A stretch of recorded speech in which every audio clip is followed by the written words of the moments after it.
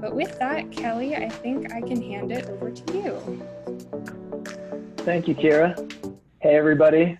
Thanks for joining us today. My name is Kelley Mack. I'm a part of the Workbench team. And for those who are unfamiliar with Workbench, we're an early stage enterprise VC based in New York City. And being based here, we have the unique opportunity of being close to many of the Fortune 500 that call New York City home, such as financial services, pharma, media, telecom. And this proximity allows us to have really great ongoing conversations with the leading technologists on major trends, priorities, and pain points in the enterprise. As our motto goes, great things happen at the intersection of suits and hoodies. So with that, we are kicking off a series of webinars in the next couple of weeks, highlighting important themes that we've been tracking. And to kick it off, we thought, what better than to talk about the hot topic of AI. So I'm honored today to be joined by a esteemed list of guests today, and we're going to start off with some quick introductions. And so for panelists, most members of the audience are broadly familiar with your company, but could you please provide us a brief overview on who you are, your role, and what you focus on? And then lastly, as an icebreaker, tell us something about yourself that isn't found on your LinkedIn. And we can start with Olga. Thank you, Kelley. I'm Chief Data and Analytics Officer for Pitney and also VP of Strategic Technologies. Not sure how many people are familiar with Pitney so let me give you a couple of sentences about what we do. Pitney is a technology company that specializes in e-commerce, shipping, mailing, and financial services. Basically what we do, we simplify and optimize shipping and mailing for our clients. And optimizing means saving money. And clients vary from small and medium businesses to large retailers and large marketplaces like eBay. Our business is an intersection of technology, e-commerce, logistics, so domestic and international. We have a logistics network, we move packages. And also we're engineering IoT devices that are related to shipping and mailing. So we also have this part of the business. My role at Pitney is to help PB to build scalable cloud-based platforms, products, and experiences that are driven by data and AI. Now to the fun part, what you cannot find about me on LinkedIn. I'm a proud owner of a 130-pound Newfoundland, that's 2 years old. And I was really surprised to realize that my supersized dog can be an adequate substitute for my kids that are now in college. That's awesome. Cool. So next we'll have Adam. Great, thanks, Kelley. My name is Adam Wenchel. I'm the CEO and co-founder of Arthur, and we are a machine learning model monitoring company. So when you take your models and put them in production, how do you monitor to make sure that they're performing the way you want, that you can explain what they're doing, and that they're not being biased? And a little bit about my background, I started actually working in AI about 20 years ago at DARPA when I graduated from school, and worked on a couple AI research projects there. From there, primarily worked at a series of tech companies and startups. And then my previous one was acquired by Capital One. So I spent 3 years at Capital One. And shortly after I joined, I was asked to start their AI team and scale it up. And so I got a lot of firsthand experience running machine learning on large scale data sets that was making kind of very important decisions about people's, in this case, financial future. And along the way, got a firsthand acquaintance in all the ways it could go wrong. and so that was absolutely one of the inspirations for starting Arthur. And I was actually also planning on going the canine route with my facts. So my dog is only 80 pounds, so not quite as large as Olga's, but my dog does have thousands of Instagram followers. And I have to give credit to that, to my daughter, who is my dog's social media manager. So yeah, Urban Dobrador, which is kind of a mouthful to say, but that's check her out if you're curious. We'll follow up to the participants with that Instagram, so we'll add to the followers. Awesome. And then lastly, Patrick. Thanks, Kelley. I am Director of Emerging Technologies at Verizon. Most of you probably know Verizon. We are a global telecommunications company, and we focus on building networks to connect people. So we build the networks that move the world forward. In my role at Verizon, specifically what I'm responsible for is a wide variety of emerging technologies, AI, ML, artificial, augmented reality, virtual reality, IoT, and blockchain. And specifically bringing those into our internal technology teams so that way we can be better at using those technologies to innovate for our internal purposes and then later on deliver solutions that help out our customers. I've been at Verizon for about a year. Prior to that, I was at Capital One, and then prior to that, I helped launch IBM Watson Group way back in 2014. Seems like a very long time ago now, especially in the world of AI things. Something about me that's not on my LinkedIn profile, I'm not going to go the K9 route, although I can go there if we needed to, is that I enjoy scuba diving. specifically, I love shark diving. It's not as dangerous as people think, but it's taken me to some really awesome places around the world, and I can't wait to get back on the plane and back on the boats when it's safe and go find some more sharks and everything. That's great. Sweet. So with that, Kira, if you can go to the next slide. Today what we'll be covering from a state of AI perspective, we're going to be talking about how AI is currently being used within enterprises, what adoption is like, what are some of the biggest barriers. We'll transition into how COVID has impacted a lot of corporate AI strategy and then finish off with some predictions. And so to get started, we'd just love to hear from the panelists, how is AI being used in your organization? And we can start with Olga to kick off the conversation. Sure. Thank you, Kelley, again. If we think about adoption of AI enterprises, I think Pitney is a really good company to look at. It's not a large, huge company like Google. It has a very pragmatic approach to AI. We do not run our research, but we do a lot in kind of applied AI category. And I was talking about the company being an intersection of technology and e-commerce and physical logistics, as well as IoT. The way we look at the use cases that we decide to build internally versus we want to co-innovate with somebody or we want to potentially buy depends on how critical these models that we build for differentiating ourselves. And there are areas where we absolutely feel we have to be incredibly proficient in doing it ourselves. And there are areas where we say we are going to buy it. So for example, a good example would be translation. We operate globally. We have a lot of information and websites and things that needs to be translated. We use Google AutoML Translate for that. But when it comes to our core competencies, which include, for example, if we have almost 500,000 of IoT devices, the typical use cases that you would consider is, and we do it ourselves because it's important and we know our devices the best. We want to serve our customers the best. Things like predicting hardware malfunctions so we can take actions proactively, improve clients' services. We don't want them to be interrupted. And at the same time, so we are optimizing our services, reduce support calls and things like that. So both improving client satisfaction and also creating efficiencies for us. One example where we would definitely investing and have been doing it for years now around this capability. The other part, a lot of our e-commerce business or global e-commerce business, as we call it, related to providing international and domestic logistics services, digital and physical, to retailers and large marketplaces. It's very, very much driven by machine learning and AI.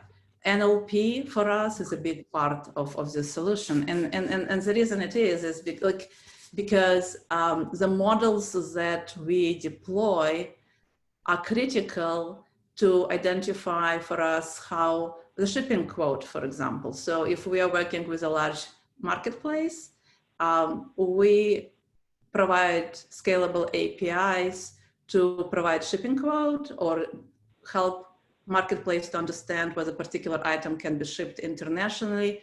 All of this is purely based on the definition or the description of an item that somebody is selling on the marketplace. And that's very much transaction-based, and it's also very much based on the text or images, and it's very much related to our revenue or EBIT. So every mistake is very costly. A lot of our experience around running models transactionally and monitoring the models and worried about the quality of the models were born from this business. And there we probably have we just did the calculations, about 8 years into this, about 32,000 man hours of data scientists building these models. It's a huge, important part of our business. And just to wrap it up, there is another part that we are really investing heavily in, and this is automation, robotics automation in our warehouses and facilities. In these cases, we all know AI and computer vision plays a huge role. We do not build it ourselves. We co-innovate with the startups. Just to give you an example, we work with the startups that bring robotics to our warehouse we all dog people. You probably know BarkBox, right? You order something, you subscribe, your dog is really excited. It comes, the box comes in and there are a bunch of toys and bunch of treats in it, right? Fantastic experience for everybody involved, for the whole family, highly recommend. So BarkBox is our customer. Somebody has to do the fulfillment for it and build this wonderful boxes. And so we brought a company, the robotics company, that helps us to automate that. And we have 6 or 7 companies like that we work with. Cool. Yeah, Patrick, actually, Verizon is a massive company with a lot of different subsidiaries, Yahoo being one and a bunch of others. Would love to hear, for a company like Verizon, how do you identify the right use cases for implementing AI? Yeah, and I'm glad that you brought up that Verizon owns Yahoo, because it's one thing that a lot of people don't realize, but it means that it gives us as a company a very long legacy in building very large data systems and in building a lot of the cutting edge analytics and AI systems that are out there. Now, one of the interesting things about that is that it has been a little bit of an interesting sort of different way of doing culture around the company. So traditionally our Yahoo and Verizon Media have been very focused on analytics from the ad sales side of things. But the rest of the company is learning from them. We're learning about new ways to bring these into them. We tend to identify them aligned with our business groups. And so one of the biggest spots, and where most people probably have experienced Verizon, is with our Verizon consumer group. So if you have Fios, if you have Verizon landlines or Verizon wireless, you're dealing with our Verizon consumer group. And there are so many of the things that we do are focused on how can we make this experience better for our customers, and how can we make this experience less costly for us. So one of the things that came out a couple of weeks ago was Verizon's work that we're doing with contact center AI. So this makes use of some of the services that Google has. And we had to really look at it and say, like, all right, is this a case where we need to go through and build up an entire NLP team to create our own chatbot framework and everything like that? Or could we partner with somebody and then really use our data and our expertise in order to advance that work? And so I think that's a good sort of example of some of the trade-offs that we've done. At the same time, we have some use cases that have to be highly customized and highly personalized to the Verizon experience. So our fraud models are definitely another spot where those have to be highly customized. So sadly there is fraud in the industry. It's not just in credit cards and everything like that where I used to live, it's also in the telecom space. And because we extend, a lot of credit actually each month. We have, most of our customers are postpaid customers. And so creating those models, the question has always been, how can we make it easier for data scientists to make those models, to make them at scale? and to really get them out there in order to test them. So it really has been very much focused around the, well, let's figure out the pipelines, and then is it a case where bringing in something like a data robot for AutoML or an H2O or one of those solutions will help our data scientists to actually build the models better. So we actually kind of have like all three approaches of let's build the infrastructure from the ground up, all the way from like the underlying HDFS file system that powers so much of the world's big data solutions, to the let's train our teams to actually build some of these models using some state-of-the-art tools, to the let's partner with a third-party provider in order to deliver some great solutions. Great. And then Adam, you used to be at Capital One. You're now a startup executive. In your experience, both being a startup executive and having worked on the corporate side, how is success measured? How do you get ROI out of implementing AI, or how do you measure ROI? Yeah, absolutely. So I think there's a number of different metrics for that. I mean, you obviously can measure the in dollars and cents at some level, right? Which is if you're automating formerly manual tasks, what sort of cost savings are you getting? If you're replacing some, kind of traditional analytics-based or rule-based systems, even what kind of lift are you getting in terms of, the performance of those models?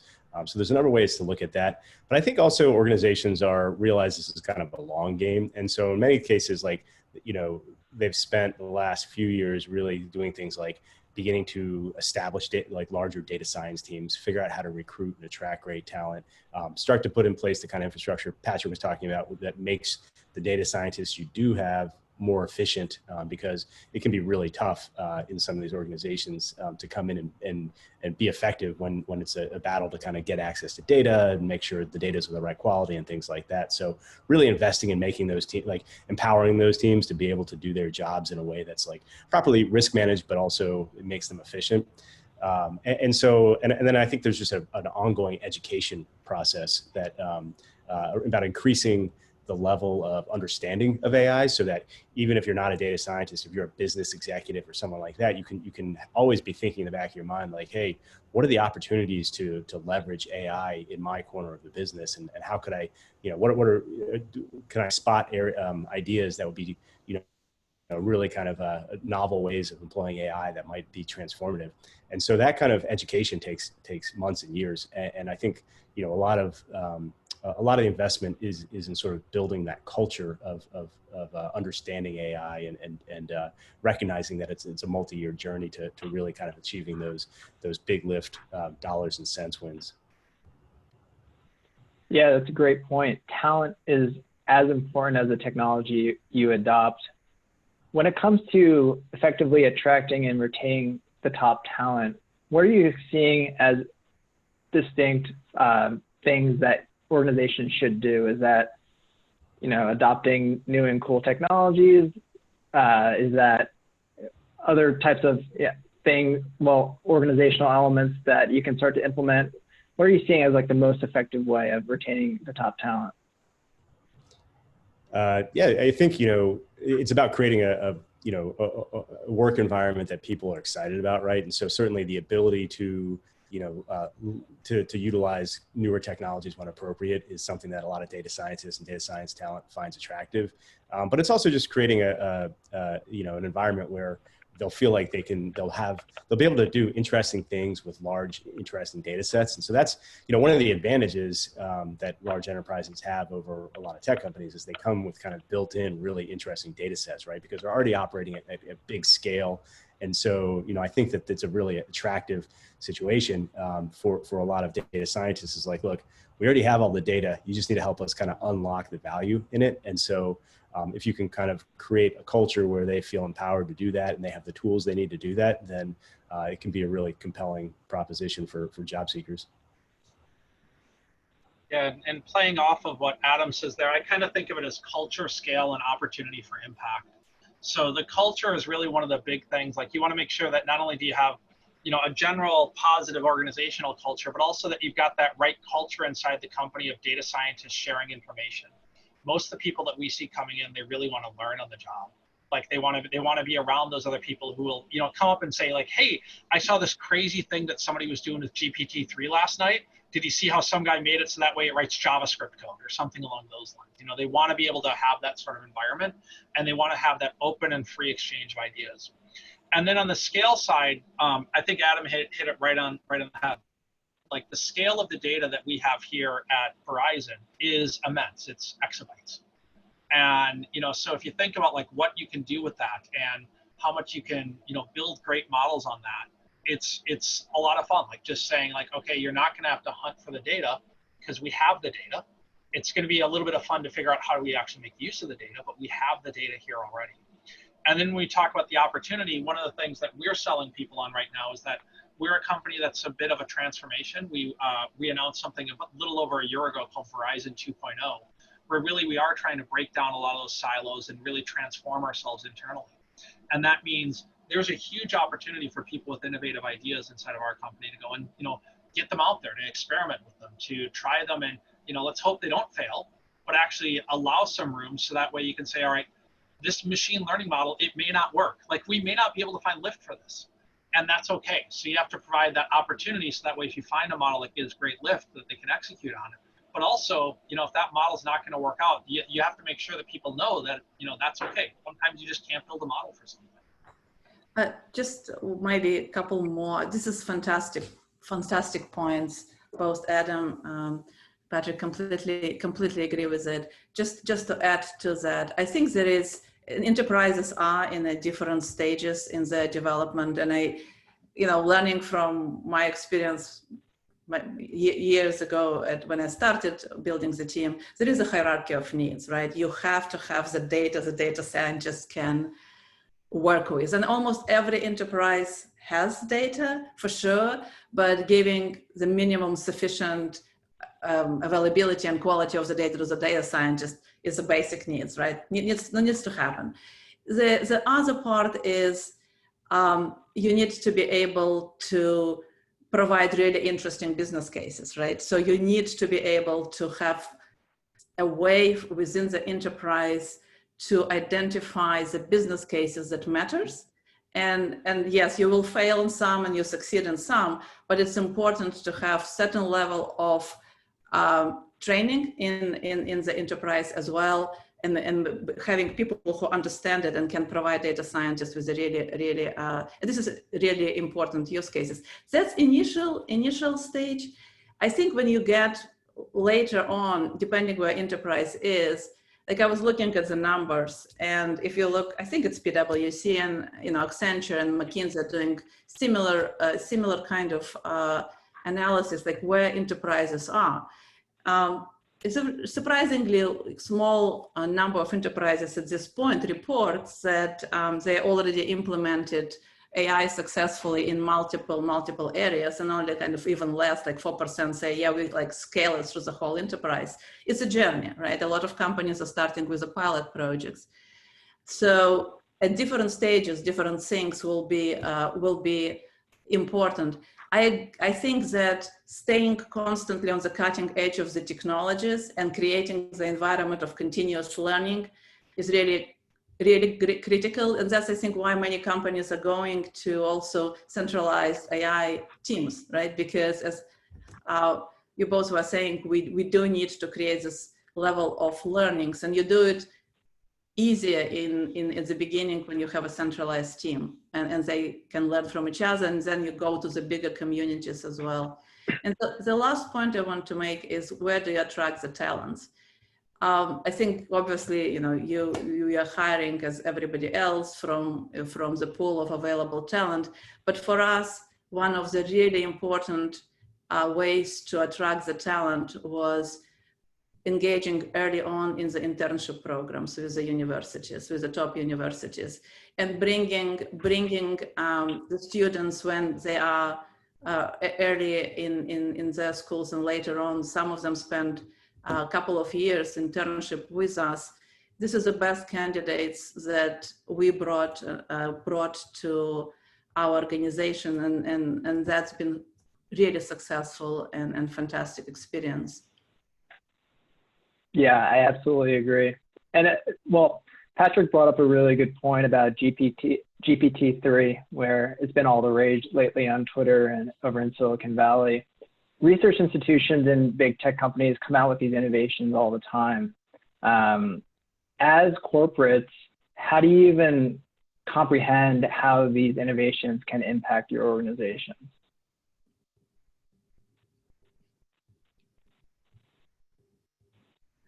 And this can either Olga or Patrick or even Adam. Yeah. I can start by saying how we approach it. There are certain type of technologies that we watch closely. Again, we do not have a research part of our organization. We are in applied. So in a lot of these areas, we are partnering either with universities, working with certain professors in the university, keeping discussions going, or we are partnering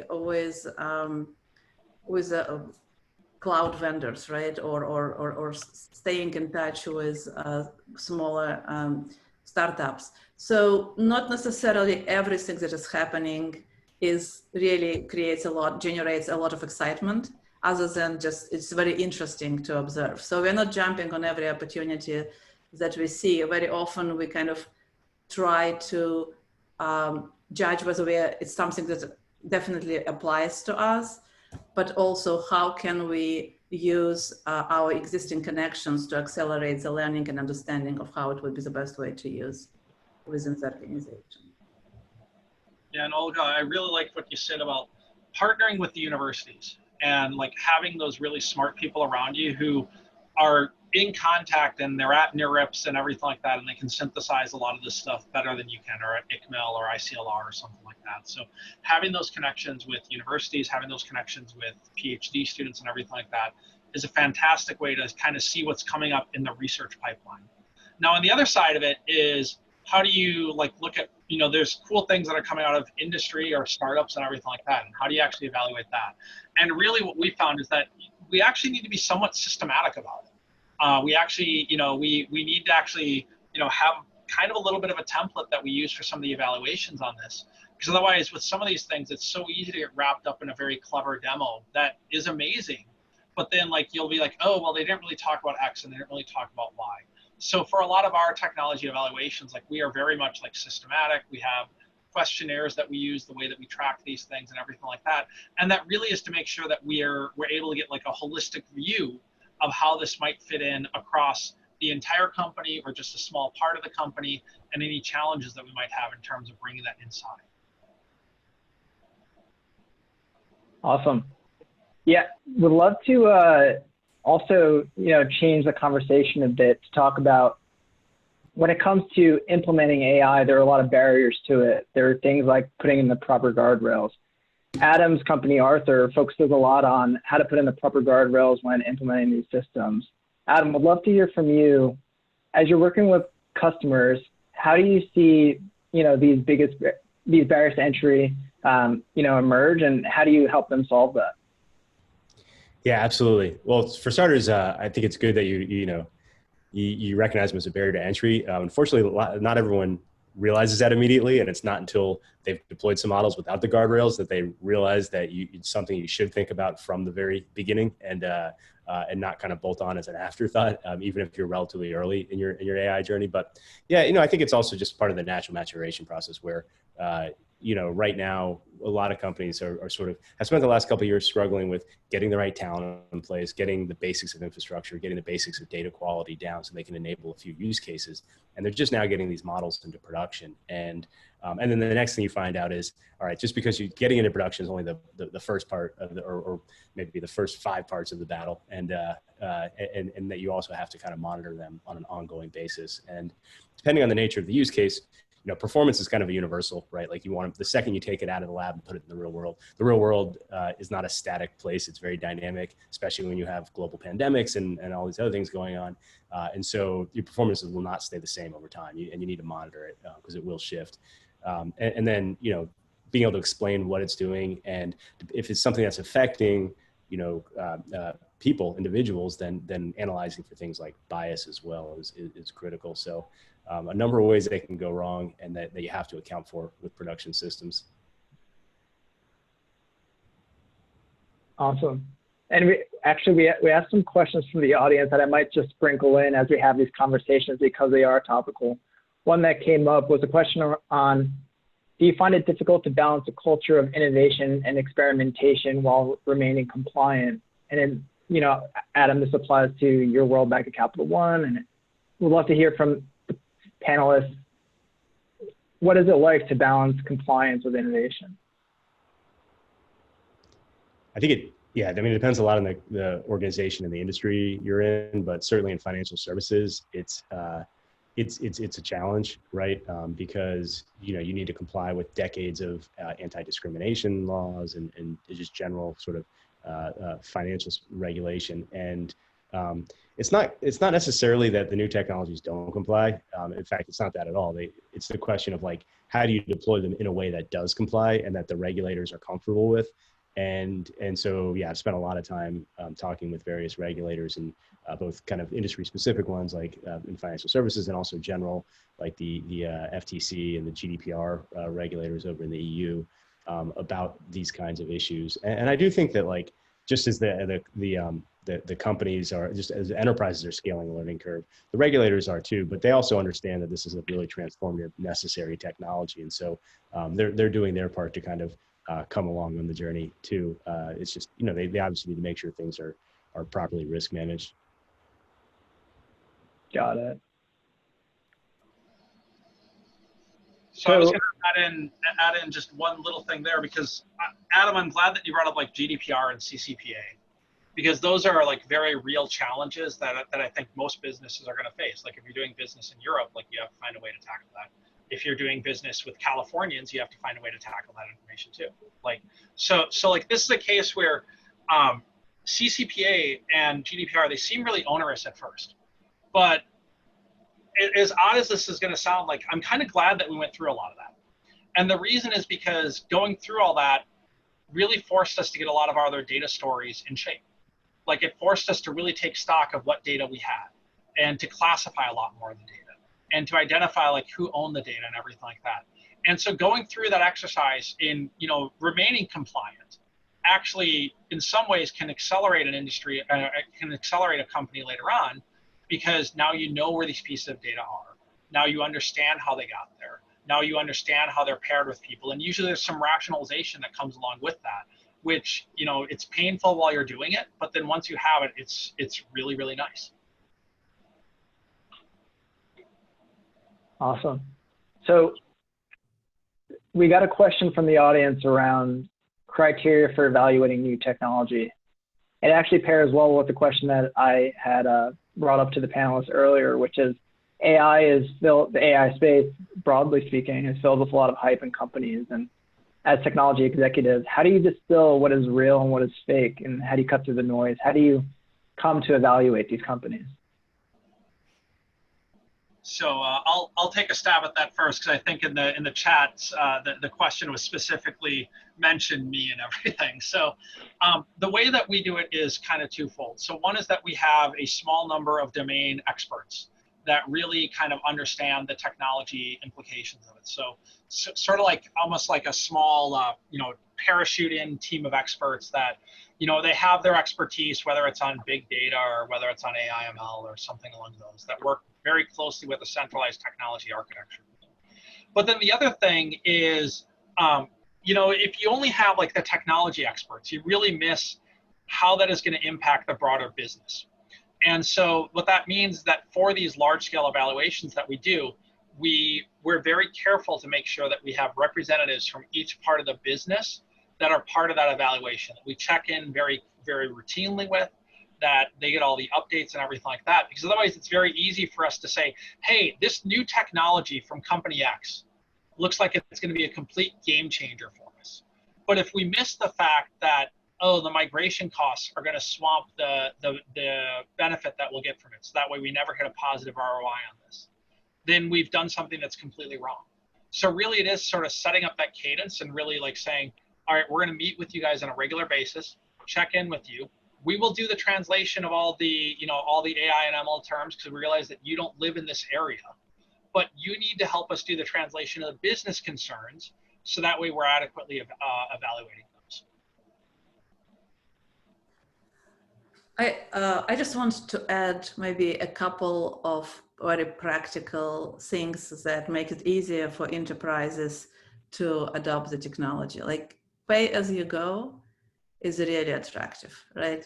Something that can be in this model is easier to evaluate, because in AI specifically, a lot of things you really need to try. It's very difficult to do the evaluation only based on the information provided, and even some of the try periods is just not indicative of what you are going to get out of it. So that's definitely important. The other things that we are constantly looking for, majority of us already have an ecosystem of the tools. So have something that for us is important, that plugs into the existing ecosystem and is flexible to integrate with others and lighter is better in what we are looking for. There are a lot of different tools that comes together to make our data scientists productive, makes our data platform better, our data science platform better, and we are looking for this flexibility in a lot of things. And honestly, I think in a lot of situations, we're really looking for conversations with other clients and or friends or people you trust, right? So there is also this kind of informal testimony is really important as well. Absolutely. Cool. So what I would like to transition to is the topic of social equity, because AI plays a big part here. So social equity is especially important right now. The Black Lives Matter movement has shined a light on the unjust treatment of the Black community and the work we must all do to address this reality. And there are many documented instances in which AI has basically reflected the historical biases and systemic racism that's already pervasive in the community. How are you seeing, well, I'll direct this to Adam because he does a lot of work here with Arthur. How are you seeing organizations start to think about model fairness to protect against this type of bias? Yeah, it's interesting because I think this is actually another area where enterprises are ahead of a lot of tech companies because, especially in traditionally regulated, like in healthcare and in financial services, it's been, regulated for quite a long time. But what's interesting with the events of the last 6 months is it's companies are they're not just caring about it because it's a regulatory thing. They're caring about it because they recognize they need to do it in order to have public trust and to have the credibility in the public. And so it's really, I think, shifted from a regulatory issue to kind of a broader brand and value kind of a values kind of conversation. And along with that, we've seen a spike in interest from kind of the traditional, or from the tech, like the tech community as well, who hadn't really been as focused on it, and now are sort of realizing just the impacts their models have on people's lives in so many different ways, and the fact that with that comes a responsibility to make sure you're doing it equitably and you're not disadvantaging people. So it's been a pretty amazing shift just in terms of the how people are treating it, and it's not something if you'd asked me a year ago, we knew it was an issue, but that there would be this big groundswell of kind of awareness. Then it's been great to see, and I think it's ultimately great for society. Absolutely. Yeah, Patrick, I know that we talked earlier about models and how even things like Yahoo are facing this. Yeah, and really, I think a lot of it starts with just an awareness of it. So often people come out of school, or at least a lot of the data scientists that have been coming out of some of the pipelines. This isn't something that's brought to the forefront in terms of their education process. It's starting to get there, but I know, like for me, when I was taking machine learning classes, and this was a long time ago, but I learned from some of the people that really invented the field, like Tom Mitchell and Carlos Western and stuff. And fairness was never discussed. And then, you know, it sort of became like with some of these things, when some of these things would blow up, you know, we'd be like, oh, well, I really hope that doesn't affect our models, you know, and then you'd kind of find out that, oh, maybe there is something here. So part of it is just awareness. And what that drives, at least for us, is it drives another step or another set of steps in the process. It drives another set of questions that you ask. So it drives another set of questions of, all right, for these features, why specifically did you choose them? Why do you need them? And then let's actually think deeply about, could these accidentally be proxies for something else? So could somebody's first 3 digits of their zip code and their last name be proxies for something else? And the answer is actually, in a lot of cases, that is. You know, it's so much so that the CFPB actually has a model that they use that uses those 2 variables to test for racial bias in models. And it's like, those are some of the things that you have to start to think about, is like, is adding in that to part of your data science process of really that thorough investigation and saying, you know, it's not enough to say, all right, what is the fit? You know, what are some of the swap set analysis and stuff like that? It really is another thing that you really have to examine, check, and then document what you did in order to make sure that you've, you know, looked into it. And then, you know, you still are kind of always living with this thing of like looking over your shoulder, like, did we do enough? Because especially for these really complicated models that use a lot of data, you may not know. Yeah, absolutely. Yeah, Adam? I think it's really driving a rethink of the way a lot of that compliance activity is done. So an example, a really big example, this is in financial services, where traditionally the way they would sort of skirt issues of inequity would be saying, like, we don't even collect we don't even collect that kind of data, so we couldn't possibly use it. And we've thrown out zip code, like Patrick mentioned, so we're not, you know, we're not biased. And, you know, it's kind of some people have termed that fairness through unawareness. And it turns out that, you know, while that's better than doing nothing, the way that I believe the industry is headed is to actually the opposite. You do actually need to collect that stuff. Don't feed it into your model necessarily, but make sure you're sort of actively measuring how different groups are being impacted by your model, and then take corrective action based on that. Absolutely. And I think with this re-examination of models, I know a lot of large enterprises had to go through it as well with when COVID hit and all their models that predicted typical business activity severely changed. Olga, I would love to hear from your perspective, how has COVID affected business, your AI strategy, your priorities? Well, COVID. Olga, you might be on mute, or you're fine now. No, I don't think I'm on mute. Yeah, my microphone is working now. COVID-19 was definitely a disrupting event for many. Since we are in e-commerce business and a business of shipping, now you can see it from different evidence out there that this type of businesses have experienced a lot of spike in the volumes, right? I saw somewhere the statistics that from e-commerce perspective, the last 3 months increased the whole use of e-commerce the same rate as the previous 10 years. It's a huge change. And every change could be exciting from bringing new opportunities, but it's also brings changes, right? And when we talk about AI and the model and based on the data, the changes in the environment, especially with operations, the changes in the environment, the changes in the volume of data, you need to be able to react to that, right? And this is where, you know, scalable cloud technologies and investment of the previous years helped us a lot.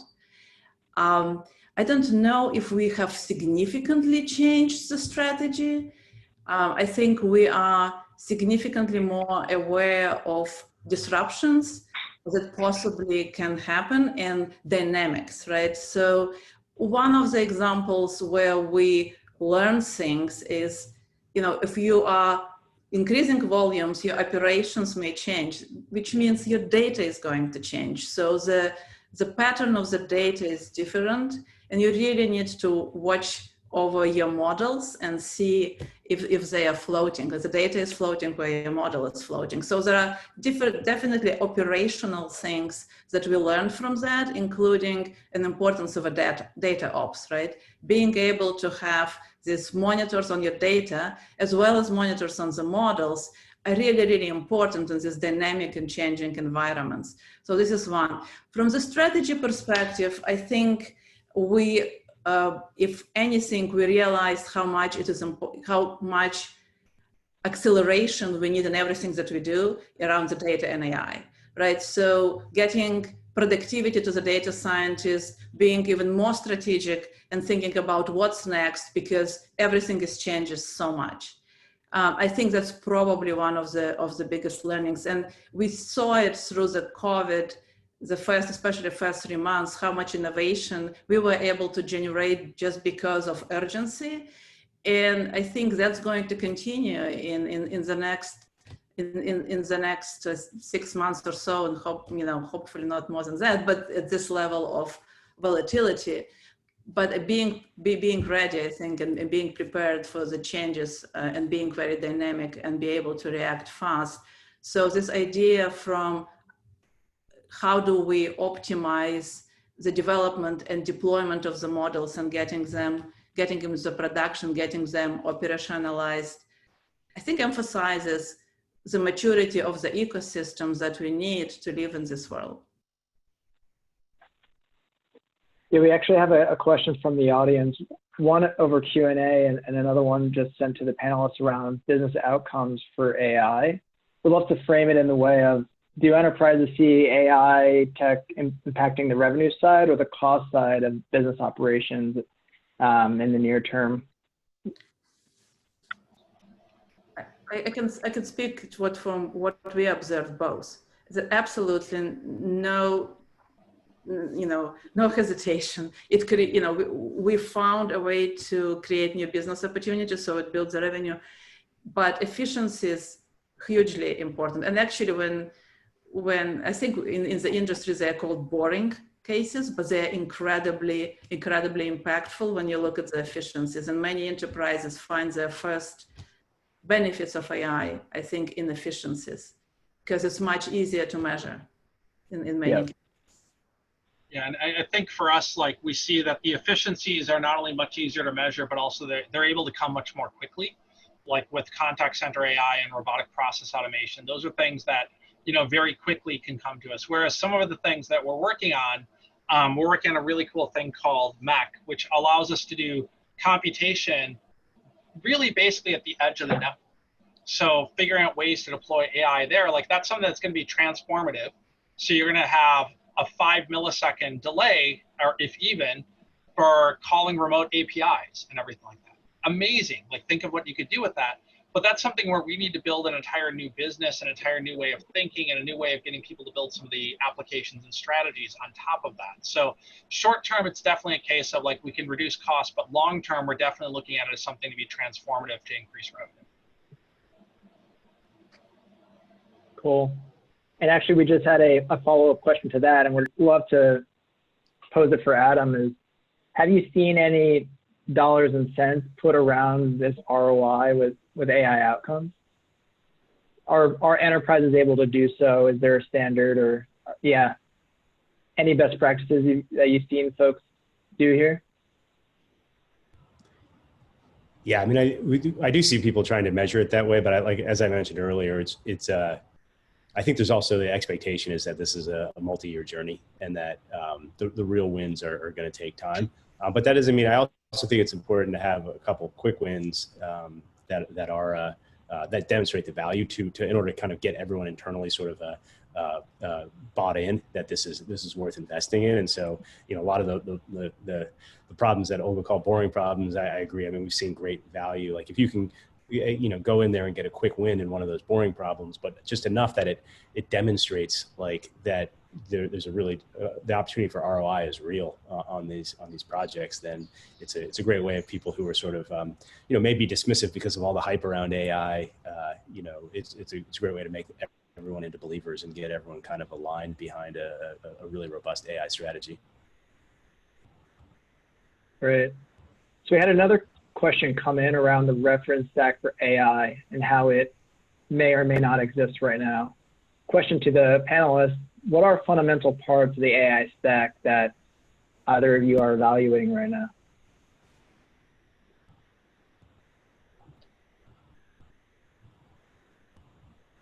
So for us, I think we kind of break it up into two different areas because we have a lot of data, but also we're increasingly moving to the cloud. So we evaluate it in two different ways. Obviously, you know, with Verizon owning Yahoo, we have probably the world's best expertise in Hadoop. Like Yahoo is literally where it was built up. So we still make a lot of use of Hadoop-related tools in order to do data processing, layering Spark on, you know, now too, particularly for our batch models and everything like that. But what we're finding increasingly is needing to find a parallel way to handle real-time models and things that go in for real-time and being able to deploy many versions of a model. And so there, we're increasingly looking at stream processing infrastructure and making sure and looking at things about like, all right, well, Spark, you know, you can kind of do streaming, but you really need to look at other technologies for that. So we're definitely, you know, very big on using Python for building models and deploying them, and then using flexible deployment frameworks so that way we can easily push new versions of the model. That's really what you have to think about is like not just like your development environment, but your production execution environment is something that has to be really, really key and critical. Because if you have that and it's fragmented, you know, and each model is running in like its own little different way, well then it makes it very hard to apply something like model monitoring to every single model in your stack. Whereas if you have it and that being centralized, and there are various tools that can do this, Algorithmia, Selden are two very nice examples of tools that can actually do that. If you have that as something that's a bit more centralized, then it becomes very easy to add some of these things for these better practices at a platform level across the entire enterprise. Yeah, so on our side, we're AWS based. So a lot of stacks that we use today is based on AWS technologies like EMR, we started with Kinesis. We are moving to Kafka for our stream processing. We are definitely using SageMaker for managing our models. I think if the monitoring right now for the models is mainly built internally, and it's probably not how we are going to go about it in the long term, but right now what it is. So AutoML for us is very interesting opportunity.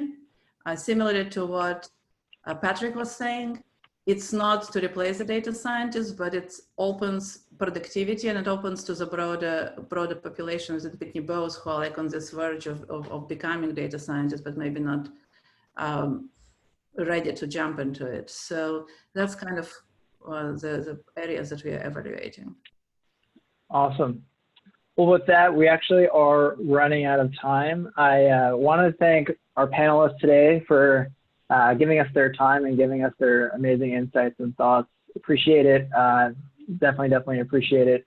For those that tuned in today, we're going to be doing a lot of these in the coming weeks for data engineering, DevOps, cloud adoption. So hope for you all to tune into those when they happen. Again, thanks to the panelists, and I hope everybody has a good rest of the day. Thank you, everybody. Thank you. Thank you.